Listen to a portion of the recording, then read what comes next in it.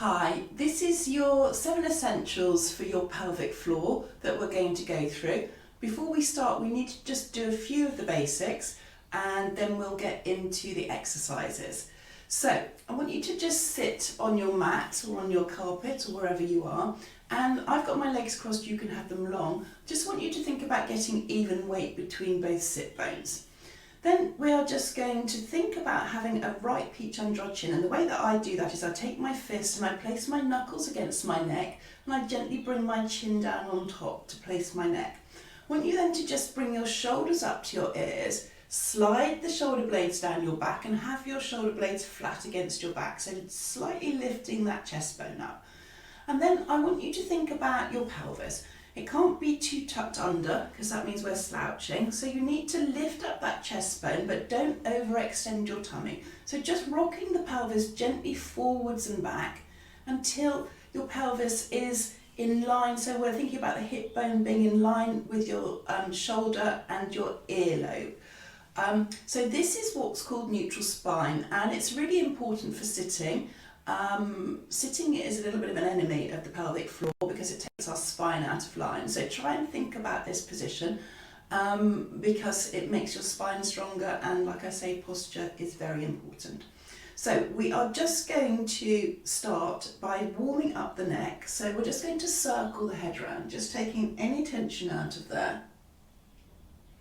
And then we're going to take the head back the other way. And then all we're going to do is we're going to roll the shoulders around. So just have a little bit of loosening up. And then back the other way.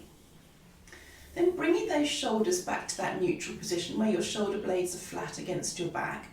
We're going to start by practicing the breathing. Now, the breathing is really important because the diaphragm works in conjunction with your pelvic floor. So the inhaling and exhaling, diaphragm and pelvic floor work together, and on the exhale it lifts, the pelvic floor lifts. So I want you to take a deep breath in through your nose and then exhale through your mouth. So inhale through the nose, exhale through the mouth,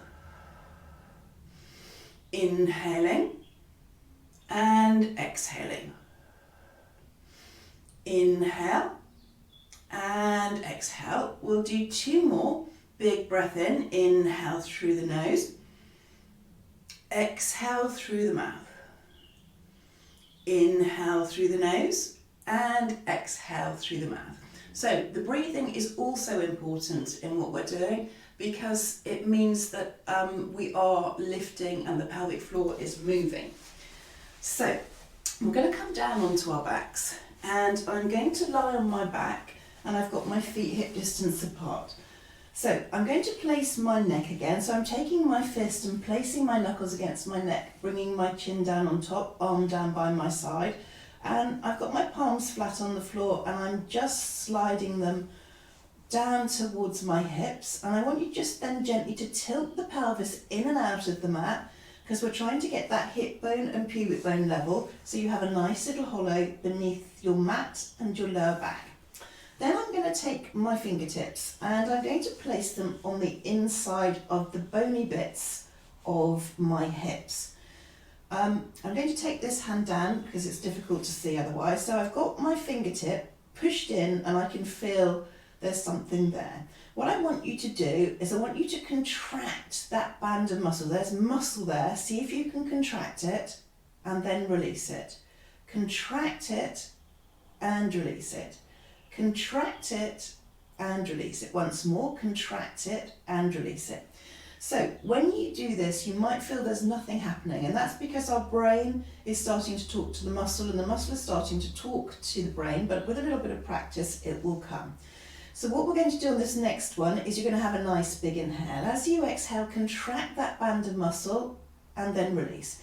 Inhale, exhale to contract the band of muscle and release. Inhale, exhale, contract and release. Inhale, exhale to contract the band of muscle and release. Once more. Inhale, exhale, contract that band of muscle and release. Now this is something you can practice just seated or anywhere, contracting that band of muscle Again, the lower abdominals work with your pelvic floor, getting the pelvic floor to move. So we are then going to bring in a pelvic tilt. So you're going to inhale. As you exhale, contract that band of muscle and tilt your pelvis in, and then release, bring the pelvis back, release the contraction. Inhale, exhale, contract the band of muscle, tilt the pelvis in, and then release. Inhale, exhale, contract the band of muscle, tilt the pelvis in, and then release. Inhale, exhale, contract the band of muscle, tilt the pelvis in, and release. One more like that. Inhale, exhale, contract the band of muscle, tilt the pelvis in, and release. On this next one, we're going to bring in a heel lift, because feet and ankles are very important for your pelvic floor. Everything works in conjunction, not in isolation. So inhale, as you exhale, contract the band of muscle, tilt the pelvis in, lift one heel, lower, release the pelvis, release the contraction. Inhale, other heel. Contract as you exhale, tilt the pelvis, lift up the heel, and then release. Inhale, exhale, contract, tilt, lift, release. Inhale, exhale, contract, tilt, lift, release. Inhale, exhale, contract, tilt, lift, release. Inhale, exhale, contract, tilt, lift, release. Once more, inhale, exhale, contract, tilt, lift, release. Last one.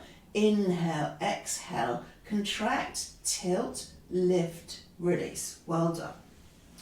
So now we are going to work our buttocks. They are very important for your pelvic floor. Buttocks work in conjunction and support your pelvic floor. So I'm taking my fingers and I'm placing them on my bottom, and I'm just going to squeeze my buttocks and release. So imagine that you've got a grape between your buttocks, funny image, I know, and you're just squeezing that grape and releasing.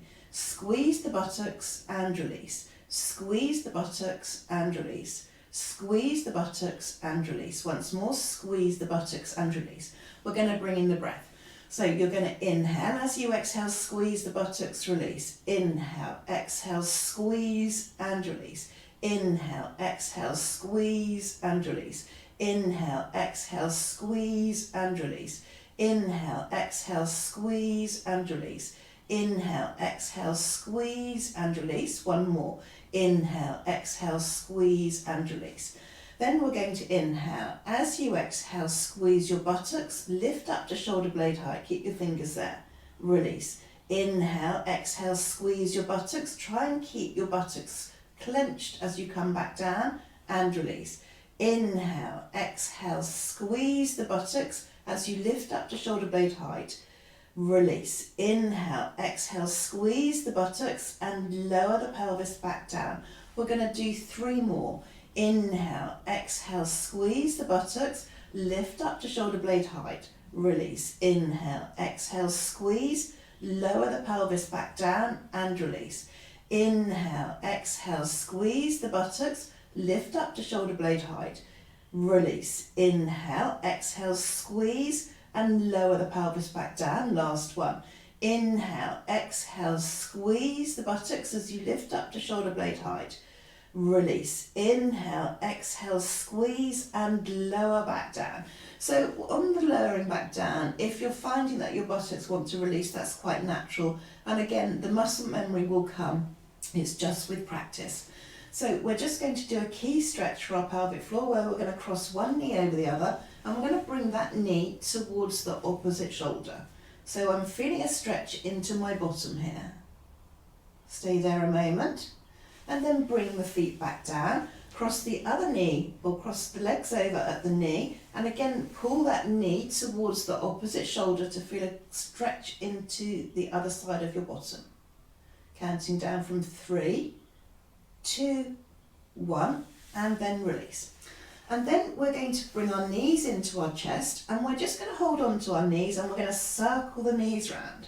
So we're just getting some movement into our hips. Again, hips work with your pelvic floor, so we want to have mobile hips. And then we'll take the knees back in the opposite direction.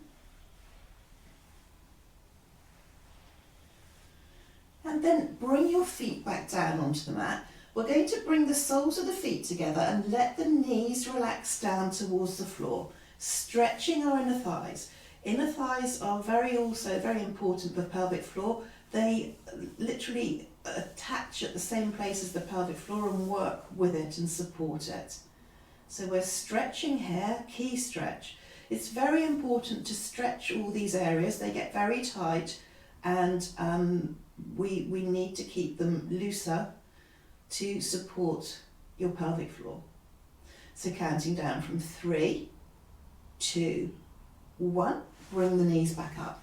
And this is a stretch for the pelvic floor. So the pelvic floor is muscle, and it gets tight, and when it gets tight it gets weak, so we also need to stretch your pelvic floor. And we're probably all coming to this with a tight pelvic floor, so this is key. So you're going to bring your knees into your chest, and we're going to bring the feet, or the soles of the feet, up towards the ceiling. And then I'm going to hold onto my feet by the arches of my feet, and I'm pushing on my feet and pushing the knees down towards my armpits. I want you to have some deep breaths. So inhaling through the nose and exhaling through the mouth. Inhaling through the nose and exhaling through the mouth. See if you can relax your lower back. Inhaling and exhaling. So just some deep breathing. Push a little bit more on the soles of your feet. We'll do 2 more breaths. Inhale and exhale. Last one. Inhale and exhale. And then as we release, we'll come back up to sitting. Well done. That was a great little exercise, or a great little workout to get some key exercises to help your pelvic floor.